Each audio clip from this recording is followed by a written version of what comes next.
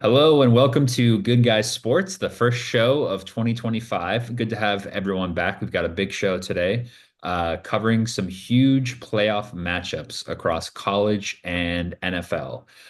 Before we start, we do just want to say on behalf of Good Guys Sports, we just wanted to extend our thoughts to all of those affected by the wildfires going out in California, and just everyone from Good Guy Sports is thinking of all those affected, and we hope everyone is staying safe out there. So, as we jump to some of the big matchups we're looking at in football this weekend, gentlemen, I wanted to start with the game that's going on tonight as we record here on Thursday, January 9th. On our holiday break, we saw some big college football playoff games take place. And as we stand right now, we are left with four teams in the college football semifinals. That is tonight's game at the Orange Bowl between Penn State and Notre Dame, of course, and then the other game happening tomorrow night as well at the Cotton Bowl Classic between Texas and Ohio State. So, how did we get to this point? Well, we saw some pretty exciting matchups in the Sugar Bowl with Notre Dame taking on a Georgia team and playing a pretty complete football game, it has to be said. And then as well, Penn State taking care of Boise quite easily in that Fiesta Bowl matchup. So just focusing in on this game tonight, it looks like if we're going off of the spread, it's an even matchup. So this could be a bit of a coin flip game, as they say in the business. So Notre Dame is definitely coming in with a lot of hype. Obviously, they're a big historic program, but you can say something about Penn State as well. And I think we've seen some good quarterback play from Riley Leonard over the past couple games as well. I know Mike's pick of the Indiana upset didn't come true, and ever since then Notre Dame's been rolling downhill. So, Jack, I'll start with you. What are your just kind of your initial thoughts about tonight's matchup as we look ahead to that? Let me just say this, Blake. Before we begin, I also want to send out our thoughts and prayers to our to the victims and the tragedies and the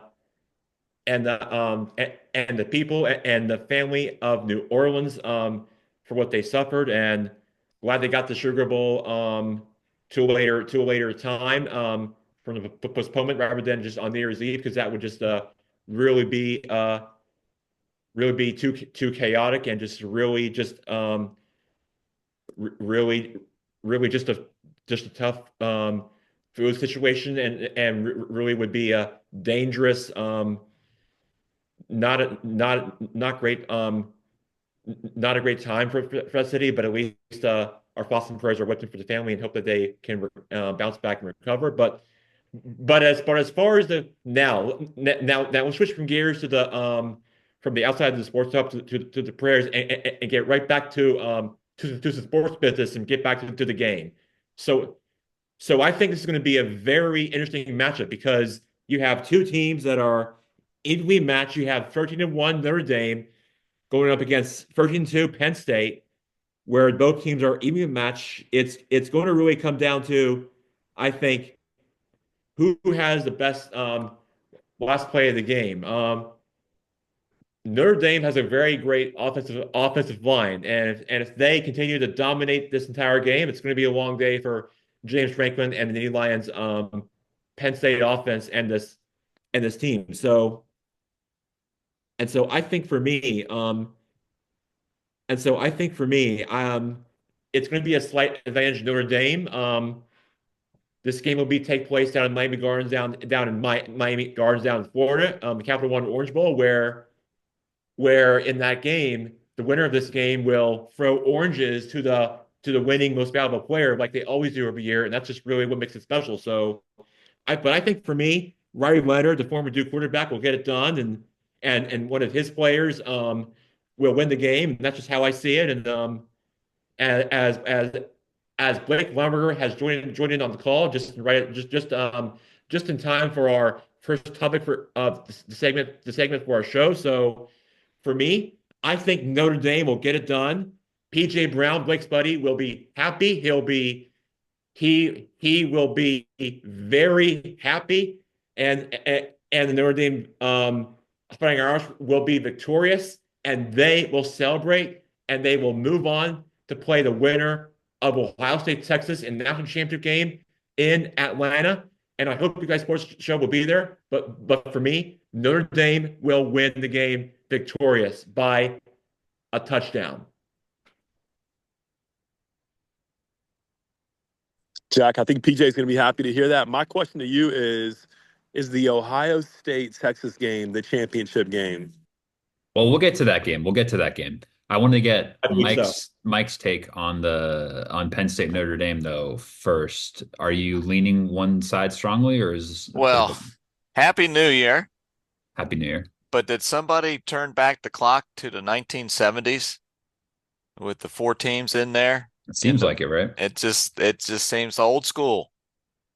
I'm with Jack. I'm going to go with Notre Dame. Uh, Look at the last two the playoff games and the strength of schedule. I mean, Notre Dame put a hurting on both Clemson and Georgia. And particularly if you look at the halftime scores on both of those games. Um, you know, Penn State, they played SMU and Boise State, probably two of the weaker teams in the playoffs. Now I think Penn State is going to be close. Penn State's got a good team, but I got to go with the gold helmets of Notre Dame. I think they're going to be the ones that are going to shine. Yeah, I think I'm also leaning Notre Dame in this one. I think they've just been playing really well the past couple of games, and they just seem like a pretty professional team, kind of taking care of business, moving the ball, strong on the offensive and defensive lines. Blake, do you have a strong take for this game for the Orange Bowl tonight? Oh, it's Notre Dame all the way for a few reasons, but yeah, yeah. I think Mike's got a good point. Notre Dame's hot. Ohio State's hot. Notre Dame's just as hot. So Notre Dame. Yeah, I mean, we saw a lot of people probably were shocked to see how well Notre Dame played against Georgia in the Sugar Bowl, right? It's generally with these people aren't really used to seeing Georgia lose these big games, right, Jack? So I think No, no, coming not at coming all. coming through that one, you wouldn't bet against Notre Dame after that game, right? No, because you think about their last game that Notre Dame played in the Sugar Bowl, Georgia didn't really play their best game, and they just didn't score a lot of points, and their offense just really was just looked a bit off, and they weren't really clicking to the right time, and they just had so many concerns with injuries and their starting quarterback Stetson Bennett was out for the season, and but yeah, I mean Georgia, if you're a Georgia fan, you got to really ask yourself and say why did this happen, because the dogs just really this offense just wasn't really the team that No bark or bite. yeah, I mean this team just wasn't clicking on all cylinders, and just really wasn't the team that they were supposed to be that they were in years past, and just really wore down. And yeah, I mean, nobody saw this coming, but you would be a bit surprised about that. But yeah, Georgia I, just to me just really just didn't really play their best game, and they just they would just be going to the offseason asking some questions about about their loss this season. They had like three losses now, so yeah, it's going to be a very tough offseason and some questions to be asked for this led Kirby Kirby Smart Georgia team. I think Georgia was missing their starting quarterback. They were, yeah, definitely. You have to certainly factor that in when you go over the game tape there, but they also weren't able to move the ball on the ground as well, though, Hmm. against Notre Dame. So that could definitely be a key physical matchup with this game tonight versus Penn State. Yeah. I mean, I'm assuming that's why the spread is even, is they just think a lot of the strong strengths of both teams perhaps might cancel each other out. So Yeah.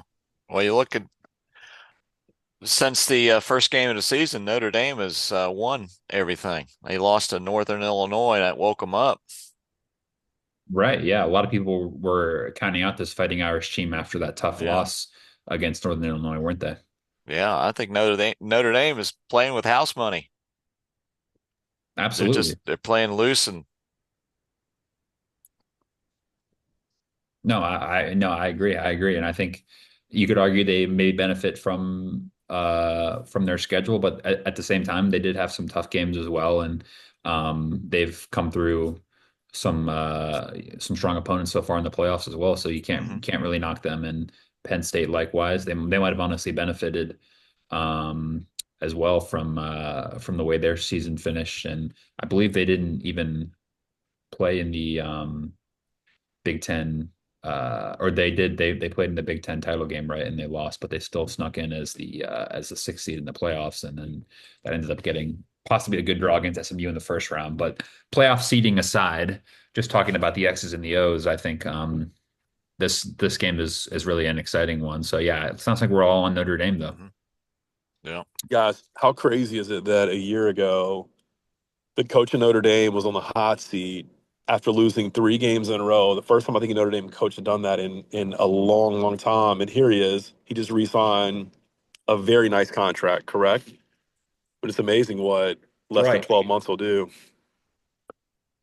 No, yeah, totally. And I think obviously a team like Notre Dame and all these big programs that have high expectations, like Blake mentioned, if you go on a bit of a cold streak, then all of a sudden, you got boosters and you got ADs sort of starting to question you and starting lining up maybe somebody else better for the job. But you got to give credit to Marcus Freeman and the way that he's kind of rebuilt this team, brought in obviously a couple of transfer players like Leonard from Duke, who is possibly got off to a bit of a shaky start, maybe earlier in the year. But he's really come into his own these past couple weeks, and he's obviously a steady hand there for the Irish, and then as well just kind of filling out that roster um, with veteran players, and it's worked out really well for them. I think you could argue they've kind of embody the 2025 college football where they have a mix of high recruits at a big program. They spend money on NIL. They get in transfer players. They bring in experience, and they kind of combine it all together in this way. So I think you got to give credit to the Irish, in my opinion, for the roster construction here. So if we shift over to the other game, I know Blake mentioned it possibly being a national championship preview, the game tomorrow night at the Cotton Bowl. A bit of home cooking there for the Longhorns, but they're going to need it going up against the Ohio State Buckeyes coming off of a domination in the Rose Bowl, a game that I doubt if we did predictions, any of us would have seen the way that that game ended up going with Ohio State handily taking care of Oregon at the Rose Bowl. And then obviously in the round before that, they took care of business at home against Tennessee as well. And so I think kind of the story of the season for Ohio State, Jack, is it's been up and down. We had a lot of people were ready to fire Ryan Day at the end of this season, particularly after that loss against Michigan. But I think you have to give this team, being Ohio State, a lot of credit for the way that they bounced back after that Michigan game, right, Jack? And ever since then, it seems like maybe it Yeah. was, good leadership, sort of a rallying together of the team. But ever since then, they've looked like the best team in the country, right? Oh, without question. Um, ever since that ever since that Ohio State lost that lost to Michigan, Ryan Day just does everything he can to really just help out this football team and just try to push away and move on to the next game. Just really their standard for the Buckeyes program. So I think for Ryan Day, they knew that they had to go back to the drawing board and just really just kind of watch film and just make some corrections on those plays of those errors of that Michigan game that you just mentioned. So you fast forward now to the Rose Bowl game where of course we are thinking of thoughts and prayers for the victims and families, people out there. But I'm glad they got the Rose Bowl parade in and the game there right before all this Santa Ana wind wildfires happened. But to me, I look at it and Ohio State just like blew Oregon out of the stadium, and that's really what it came down to. So Oregon did score in the third quarter with a touchdown, but that was really about it. So to me, it just looked like a blowout, and just really really thought it was going to be a close game until later portion of it wasn't. So to me, Ohio State and Will Howard and Jamar Smith and those guys just really just played and dominated the line of scrimmage of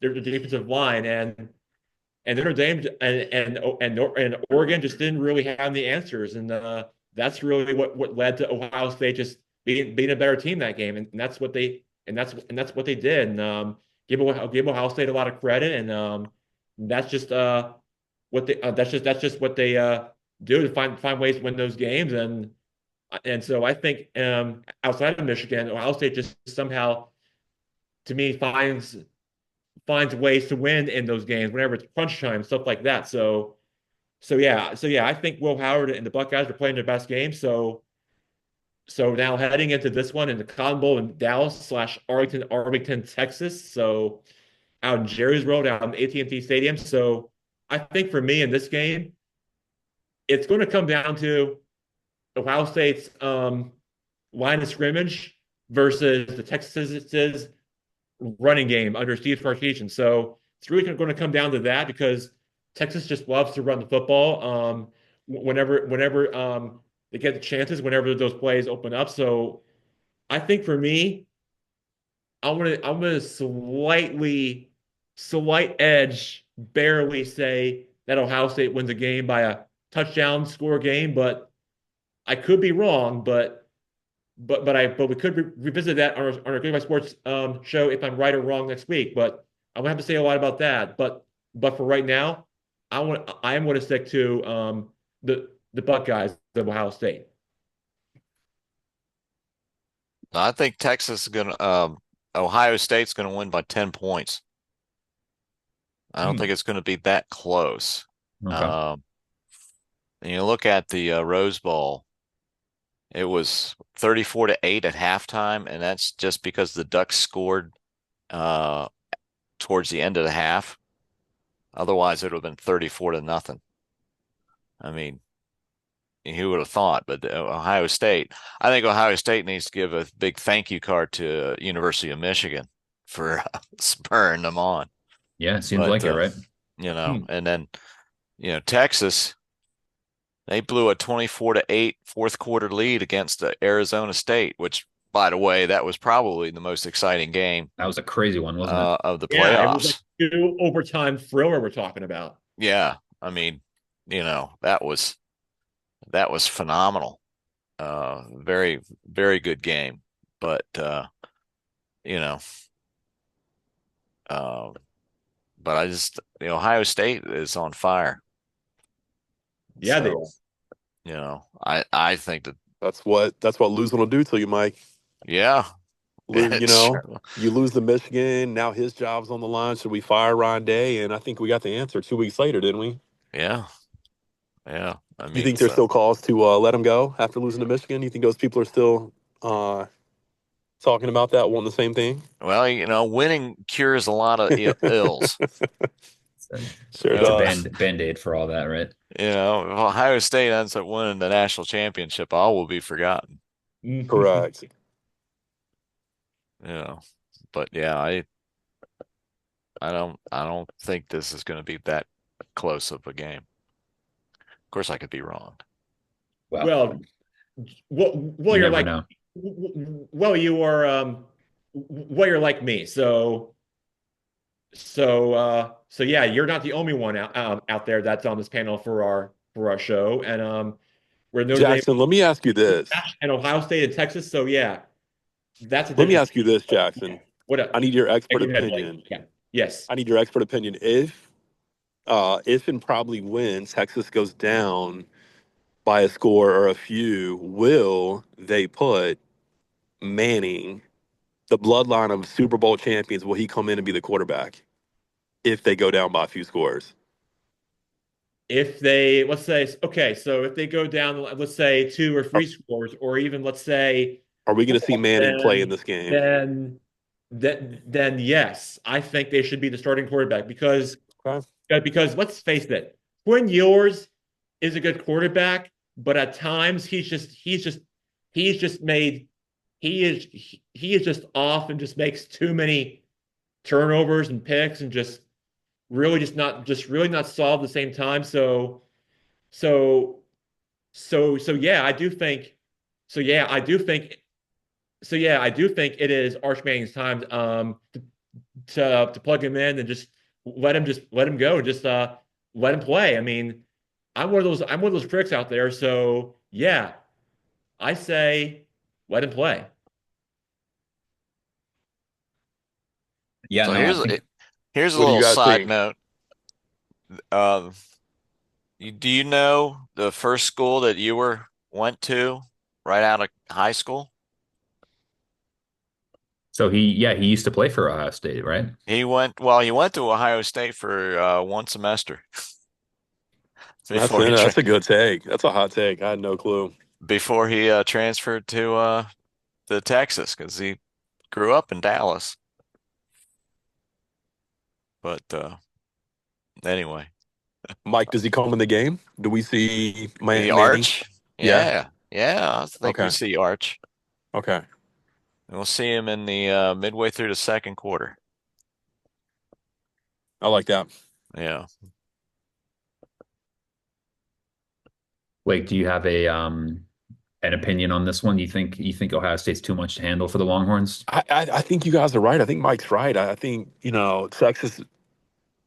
I think where Texas went wrong, and this could be the Michigan Ohio State scenario playing out again, but where Texas went wrong in everybody's head is struggling last week.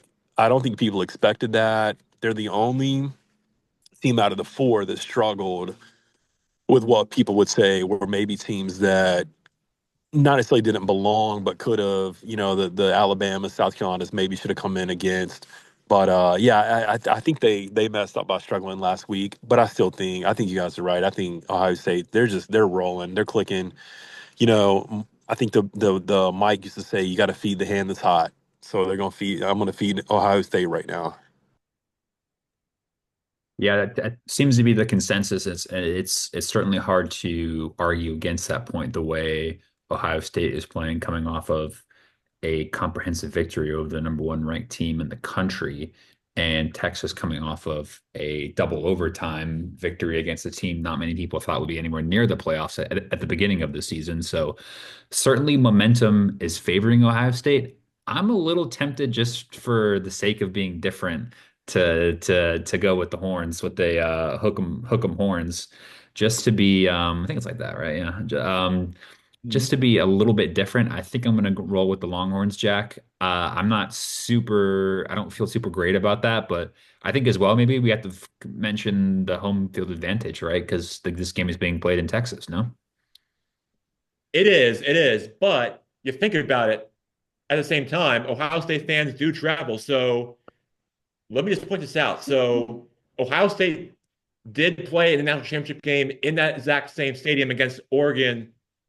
um, against against Oregon 11 years ago to be exact. So 9 years ago actually. So yeah, I was in college back then watching it on my phone at the time, and I realized that Ohio State was a better team that day, and they were, and they won it, and so yeah, they do have a history, and the Buckeyes do have a fan base that travels well out there in the Dallas Arlington area, so out there in Texas. So yeah, I do think Ohio State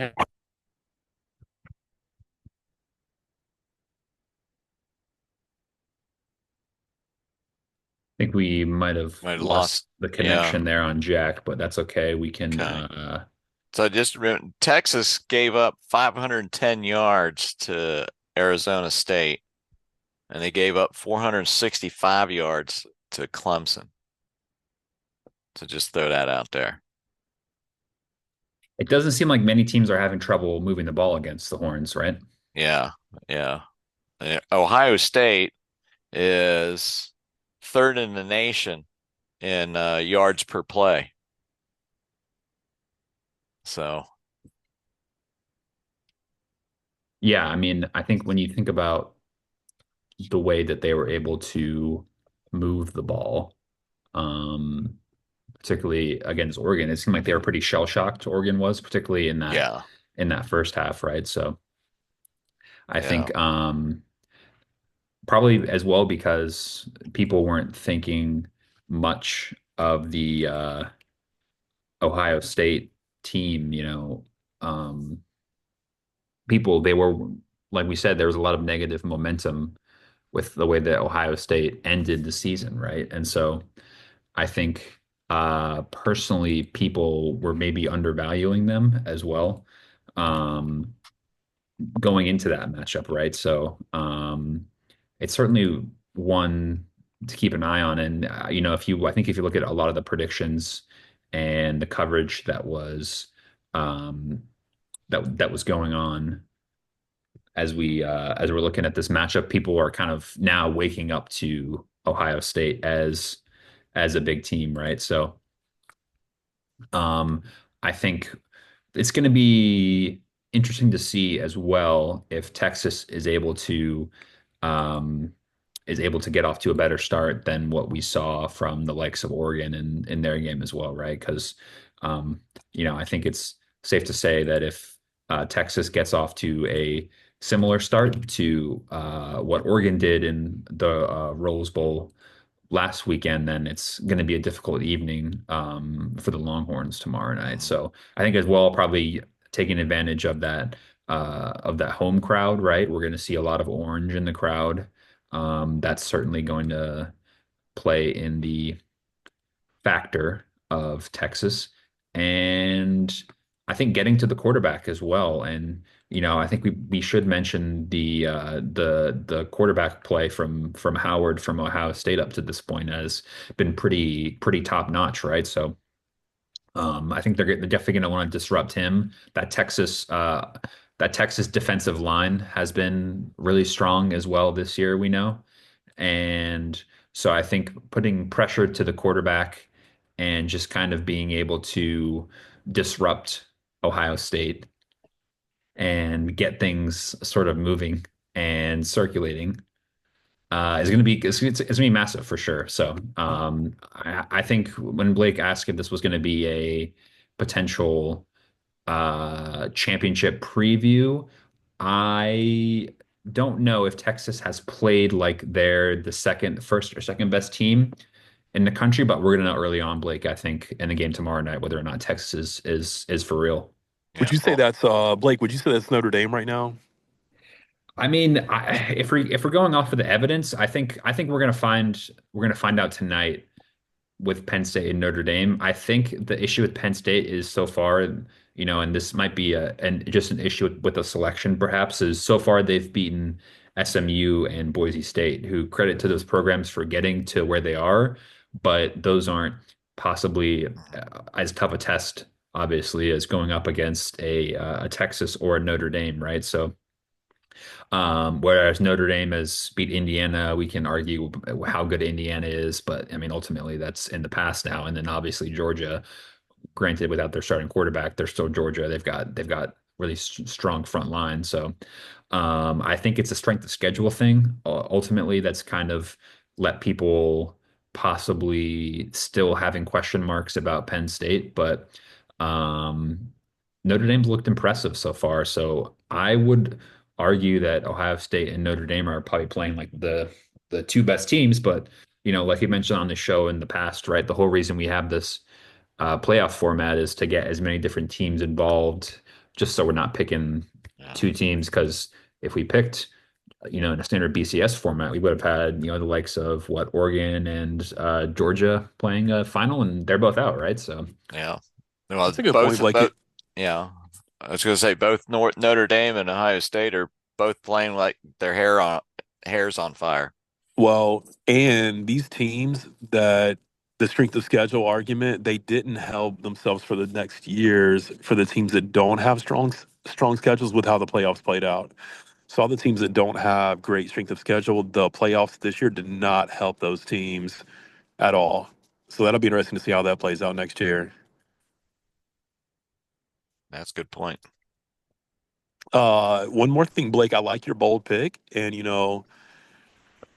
Mike would like this, but sometimes you choose the Redskins over the Eagles 2 or 3 weeks ago. I just want to bring that back up, guys, because that was a very, very bold pick, and look what happened. Yeah, baby. Go, go, go, Commanders! Go Go Washington! Commanders. That's a big win, Mike. It was Yeah, a it huge was. win, That was. Yeah, absolutely. man. Yeah, go ahead.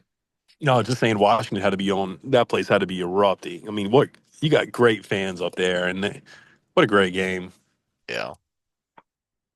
Yeah, no, that's a good transition point. Talking Commanders to shift over to the big slate of NFL playoff games that we have this weekend because it is NFL playoff time, everybody, which is always a very exciting time on the sports calendar.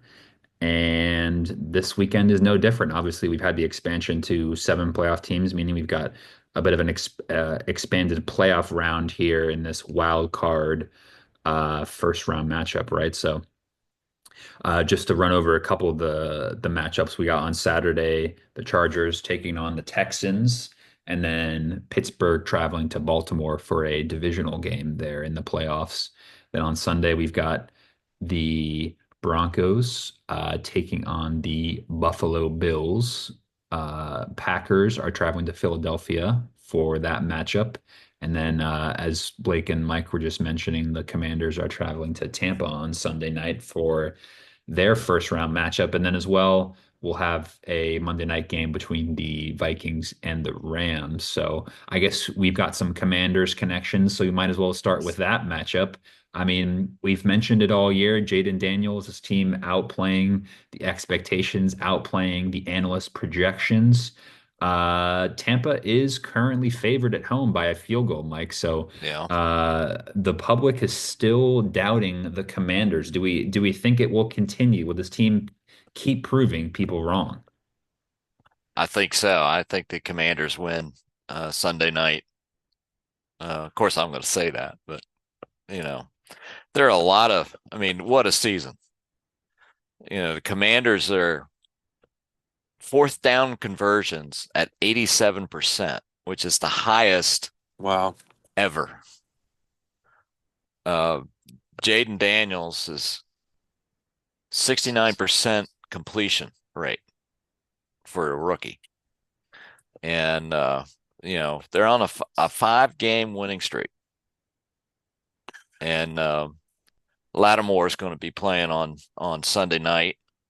And he's guarded Evans before since he used to be with the Saints. So I like the matchup. Mike Evans is done. He got paid. He got that $3 million pass in the fourth quarter, so he's good. Yeah, He's yeah. good. He doesn't mind the loss now. He got paid. He's and deservedly so. But I like the Commanders. I mean they lost to the Bucks in week 1, but that was almost a whole season ago. Well, I think you're right, Mike. And what does he have to lose when you're not favored?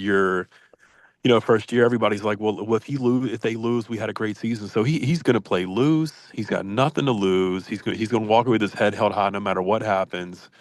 And I like where your head's at. I think they win too.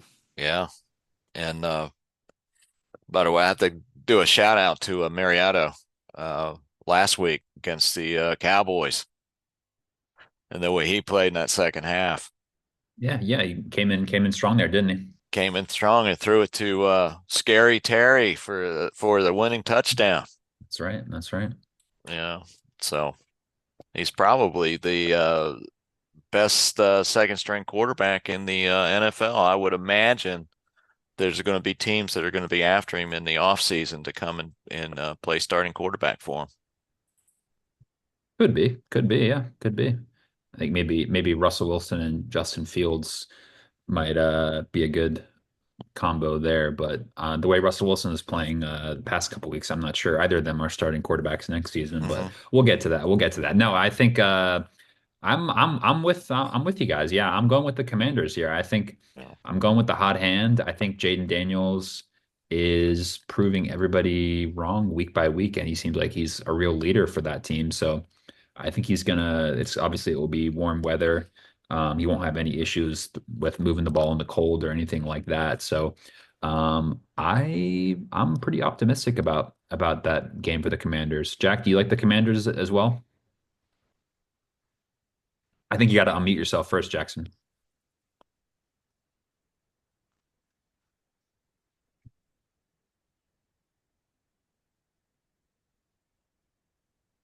You figure, yeah, you just got to toggle the mute button on your device there. That's okay. We can come back to you in a second, but let's jump to a different matchup first. We've got we got a couple matchups on Sunday as well that I think are pretty interesting. We've got the Broncos heading to Buffalo, and then we've got the Packers heading to Philadelphia as well. I wanted to touch upon the Eagles matchup because I do think there's a scenario where the Eagles might end up being the best, most complete team in the NFC, despite some of the good play that we've seen with Minnesota and Detroit recently.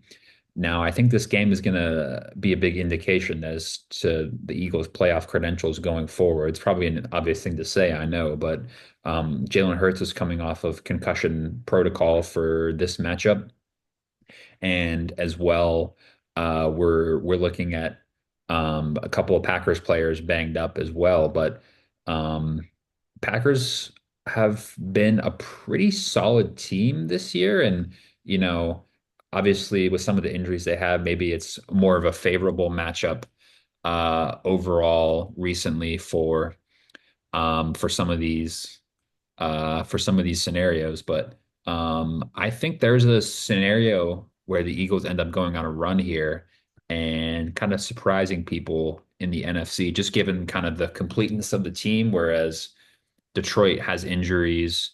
Minnesota, people are still a bit unsure on Sam Darnold. So I don't know. That's a game that I've got my eye on, Mike. I don't know if you do as well.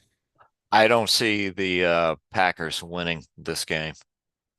Eagles are going to win, and they're probably going to win big. I mean, the Packers couldn't beat the Bears at home last week, Right, and right. I just don't see it. I think the following week will be the big test when it could very well be a Commanders Eagles rematch. Yeah, that would be a really interesting one. Obviously, those divisional games always end up having a bit of extra meaning and extra spice, particularly in the NFC East, right? So that'd be Hmm. an interesting scenario.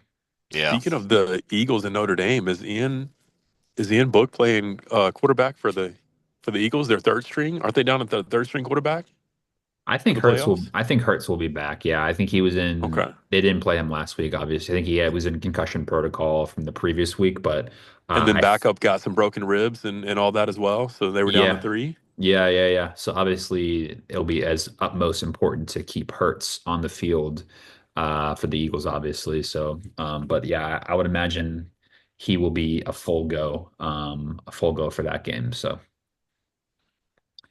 and then as well, in the other NFC playoff matchup, we had the big Sunday night game last week that was to in the NFC North to determine the winner of that division, where the winner of that matchup would have gotten the number one seed, which went to the Detroit Lions, and then obviously Minnesota lost, so they have to now go on the road to LA. That game might actually end up getting moved, but as of right now, they're taking on the Rams. Do we see a scenario where Minnesota has been the best team in the NFC all along, and people are just kind of doubting them because of Sam Darnold? I know people were not particularly high on this team given the fact that obviously they drafted McCarthy, he got injured, Darnold had to come in, but I mean, you have to say up to this point, he's done a really good job. And so I Blake, think, just hold on right there. Up until last week, I need a well, caveat. it's true, Up it's until true. last week. And the Lions have had injuries on the defensive side of the ball, and they were still able to disrupt Darnold last week, right? I'll So, tell you what. If you're playing against Darnold this week, you call the Lions defensive coordinator and ask him everything because I mean, the pressure. correct. Darnold didn't have time to think last week on any Right. play. Yeah, no, it's true. It's true. So I think that's another storyline to keep an eye on for this first week of playoff games is was that sort of just a one-off blip, or are we going to be seeing that Darnold in the playoffs once people are kind of given extra time to prep for him and, possibly give more give more time to kind of disrupt him and figure out that game plan to kind of stop what the Vikings do. So that's going to be an interesting one for sure. And then obviously in the NFC, the Lions were the big winner there. You got an extra week. They get to keep healthy and kind of get things going here. But yeah, Jack, any NFC playoff storylines that you've got your eye on for this weekend? Yeah, yeah. Sorry, can you guys hear me? Yeah, yeah, yeah. You, Yes. you good, man? Oh, sorry. Perfect. So perfect. So perfect. Okay, sorry about that. Now you guys mentioned earlier about the Bucks Commanders game.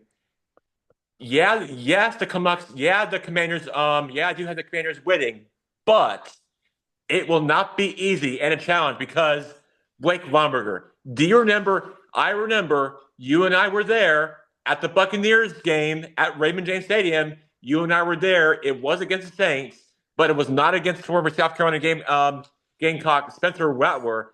It was against Taysom Hill and Drew Brees that day, and I can remember it too well. That What that I can remember having been there, I can tell you it is a rockless, electric atmosphere.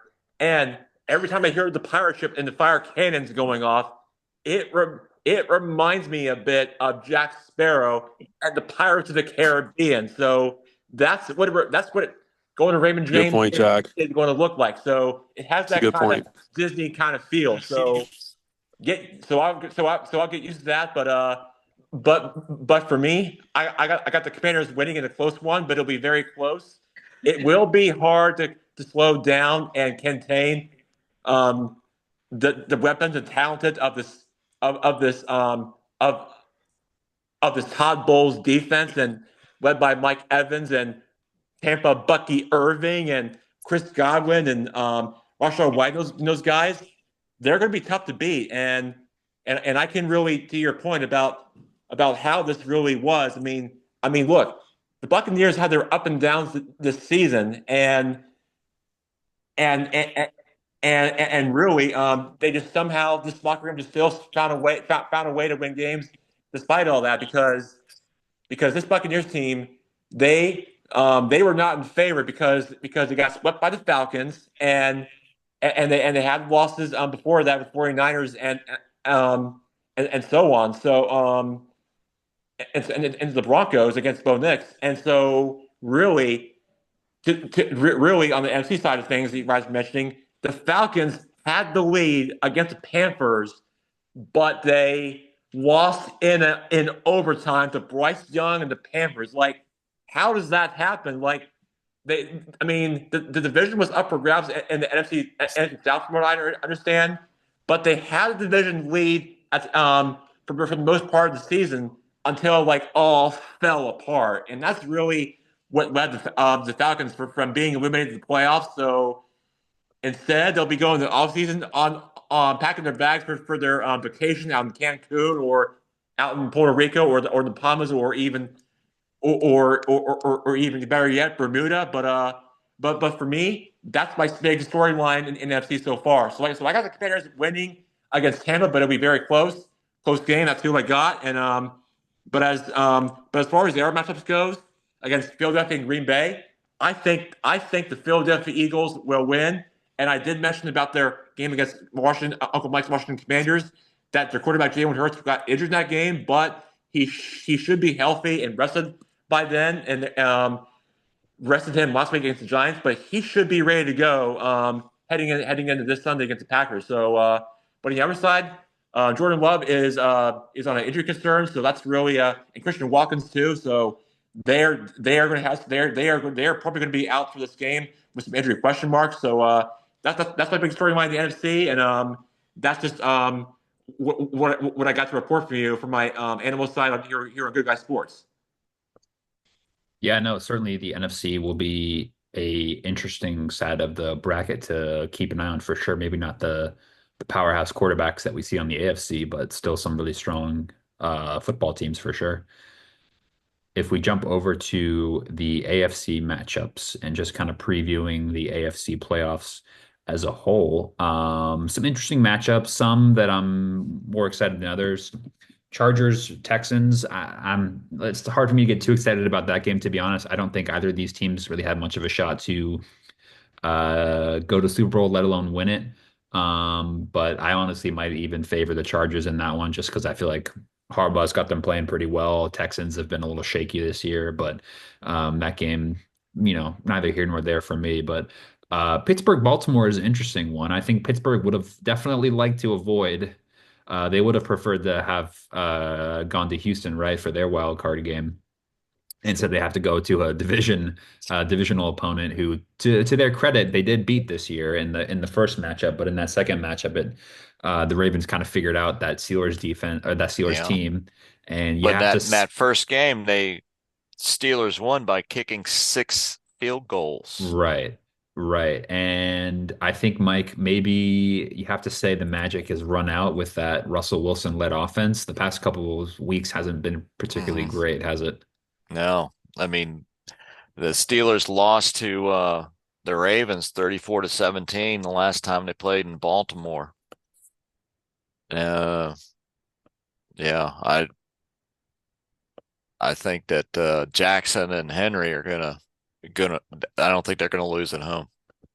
Yeah, I mean, Baltimore's favored by 9.5 for a reason here, right, Jack? Mhm. That's right. Yes. Yes. Baltimore.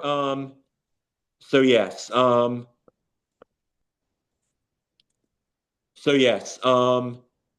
Baltimore is a seven, if I'm guessing, a 7.9 favorite in this game. So yes, Baltimore is a 9.5 favorite against the Steelers at home. So that should be pretty favorable. Although you remember last year when the Steelers were in the playoffs, where they lost to the Bills last week, there were question marks about Mike Tomlin's job. Well, might it happen again? Might it happen again this season? But I really hope not. But even though Rudy and Steelers don't really like when they fire coaches in the offseason or mid-season, but yeah, I'm right there with you, Blake Erkey.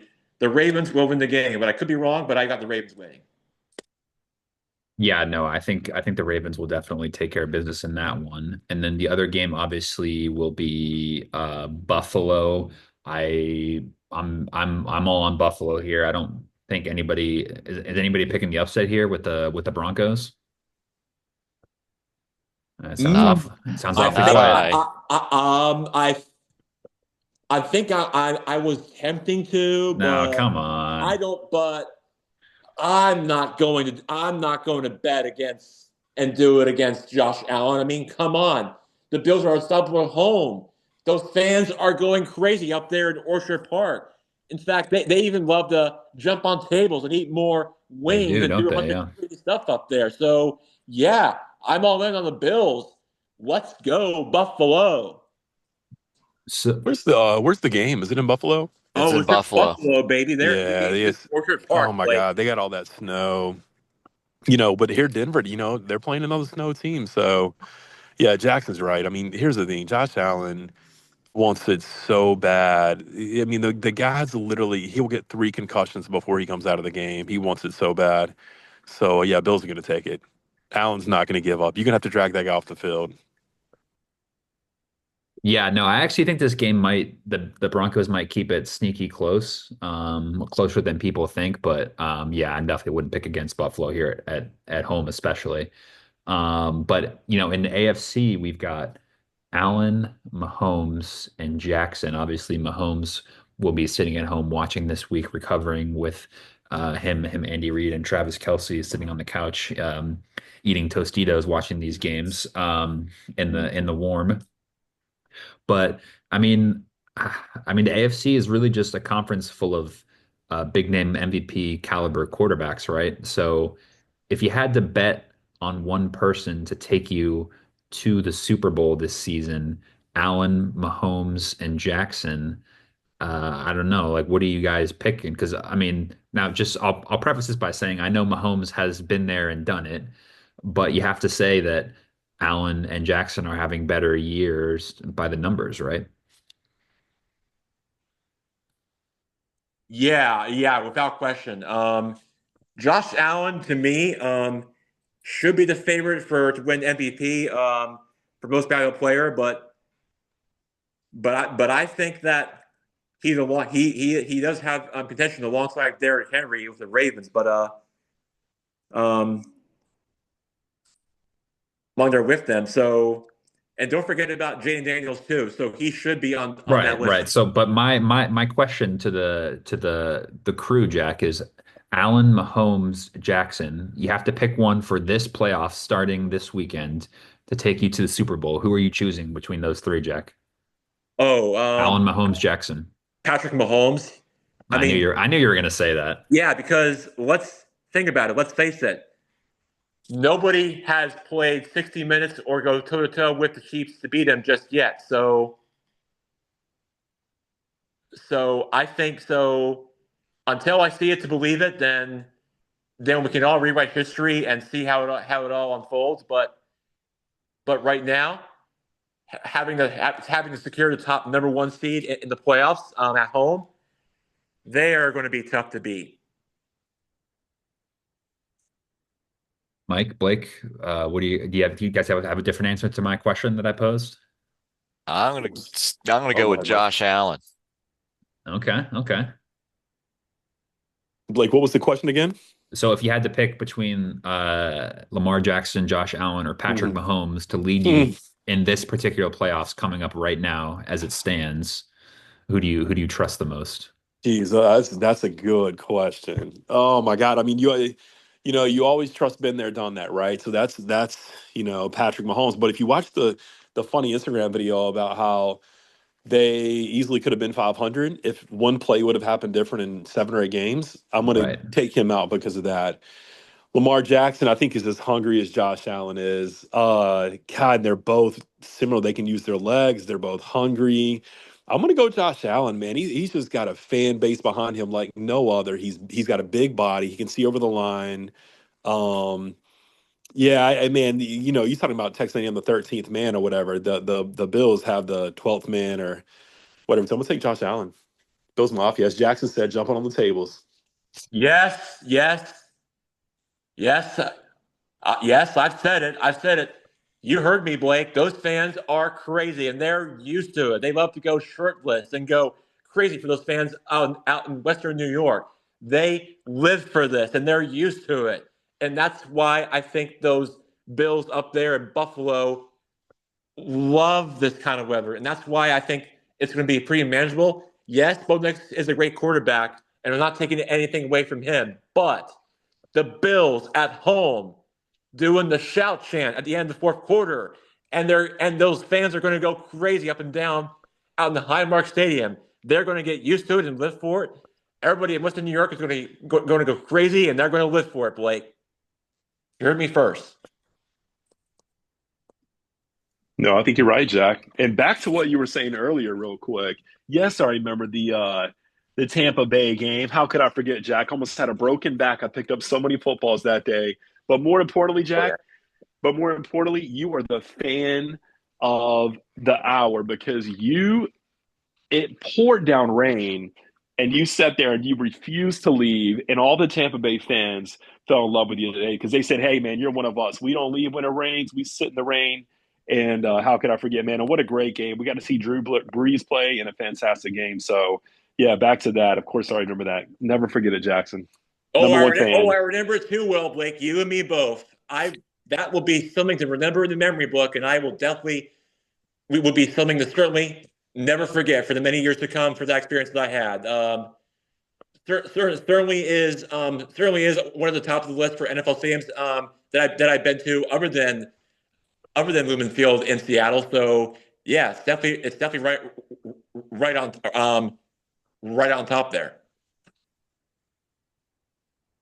Yeah, no, for sure. And I think all in all, we've got some really fun matchups to look forward to across not just NFL playoffs, but obviously college football playoff as well. We had a long holiday period, and we're all grateful to have Good Guys Sports back, and we're grateful to have some great sports to watch as well coming into this crunch time in January. They say January is for playoff football, right, Jack? That's right, Blake. And one other thing I'd like to add is that Zach Ertz for the Commanders and Terry McLaurin and Jane Daniels, one of their go-to weapons and targets that they have. I mean, that's how they get the win. But like you said, it's going to be going up against a very good, talented Todd Bowles defense who likes to do all those play calls and of course Rashawn Matamore and going up against Mike Evans.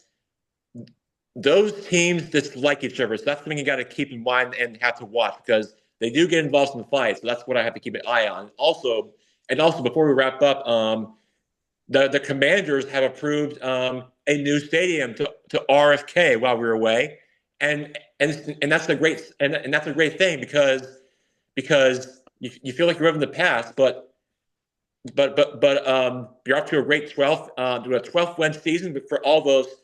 For what the Commanders feel like is the magical carpet ride, as they say on Sports Talk Radio up in DC, which is what they're calling it up there, and what it's reminding me of all of those crazy and incredible, impossible on what was this crazy magical run the Commanders had this season. Starting us off with the Hail Mary with the Bears and against the Falcons in overtime, and now get your motor running Eagles, and keep this show rolling for those Commanders on the road. Like, hey Jackson, one more thing. Yeah, Blake. Before we go, one more thing, guys. Fun fact: I saw this is super cool. I know we're running a little late. But if the LA Chargers and the LA Rams both make it, then they will play at the same field. They'll both host home games. And the question becomes, with only a 45-minute break between both games, will they be able to repaint the field? Or before the game, will they put the Rams in one end zone?